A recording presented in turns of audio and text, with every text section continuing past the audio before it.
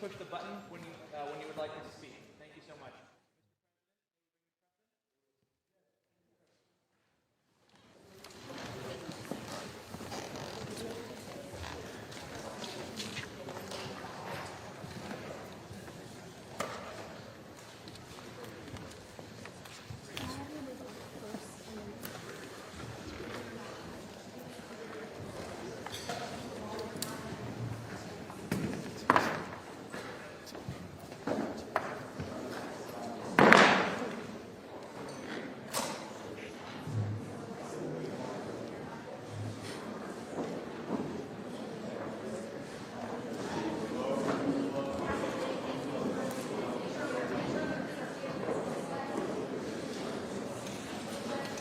Here they come.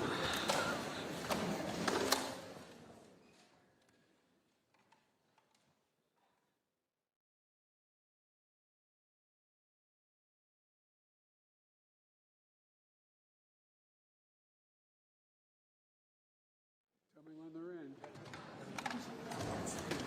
I have to go over there.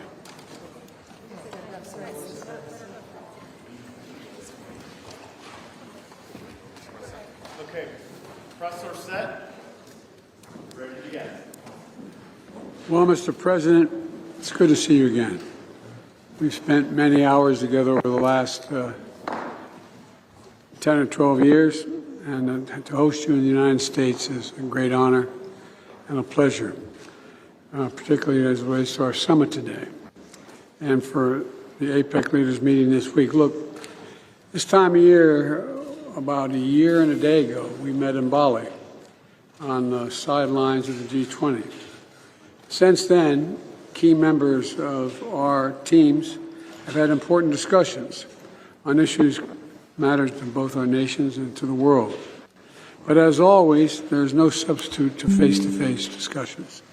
I've always found our discussions straightforward and frank, and I've always appreciated them. Mr. President, we know each other for a long time. We haven't always agreed, which was not a surprise to anyone, but our meetings have always been candid, straightforward, and useful.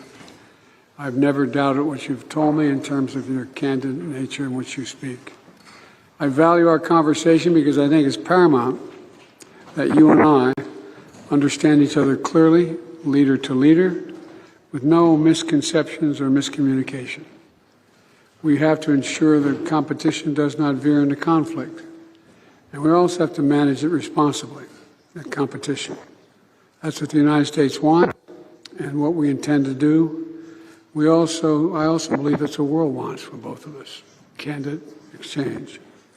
We also have a responsibility to our people and the work in the world to work together when we see it in our interest to do so. And a critical global challenges we face, from climate change to counter-narcotics to artificial intelligence, demand our joint efforts.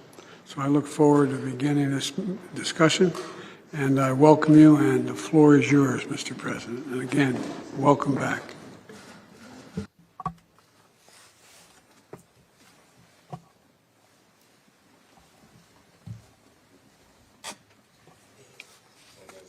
Mr. President, good morning. Coming here, I think of your trip to China. When I was the Vice President of China, we had a meeting. It was 12 years ago. I still remember our interactions very vividly, and it always gives me a lot of thoughts. Last time we met in Bali, you said it was a year and a day ago. A lot has happened since then. The world has emerged from the COVID pandemic, but is still under its tremendous impacts. The global economy is recovering, but its momentum remains sluggish. Industrial and supply chains are still under the threat of interruption, and protectionism is rising. All these are grave problems.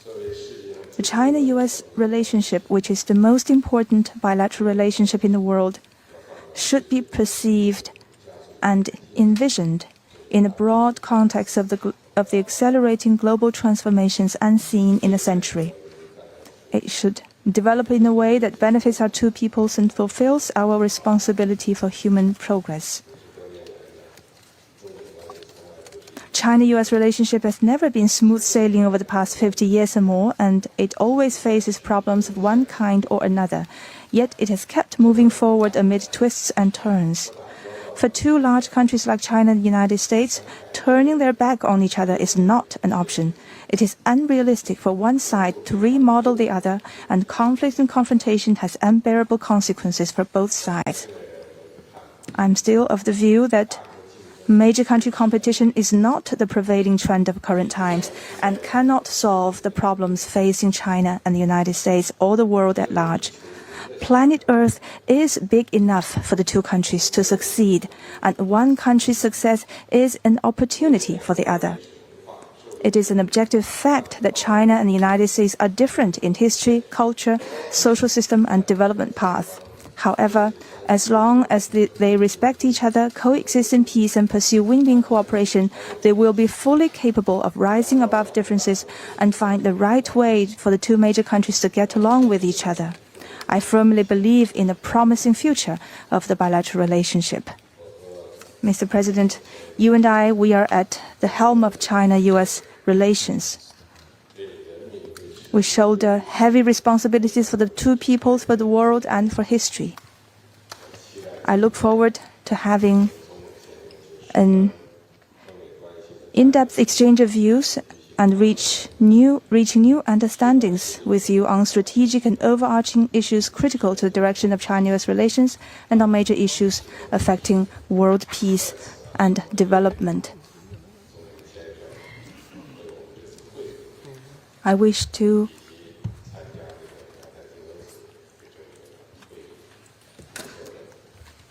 thank you for your thoughtful arrangements for our meeting today and for our participation at the APEC meeting. Thank you.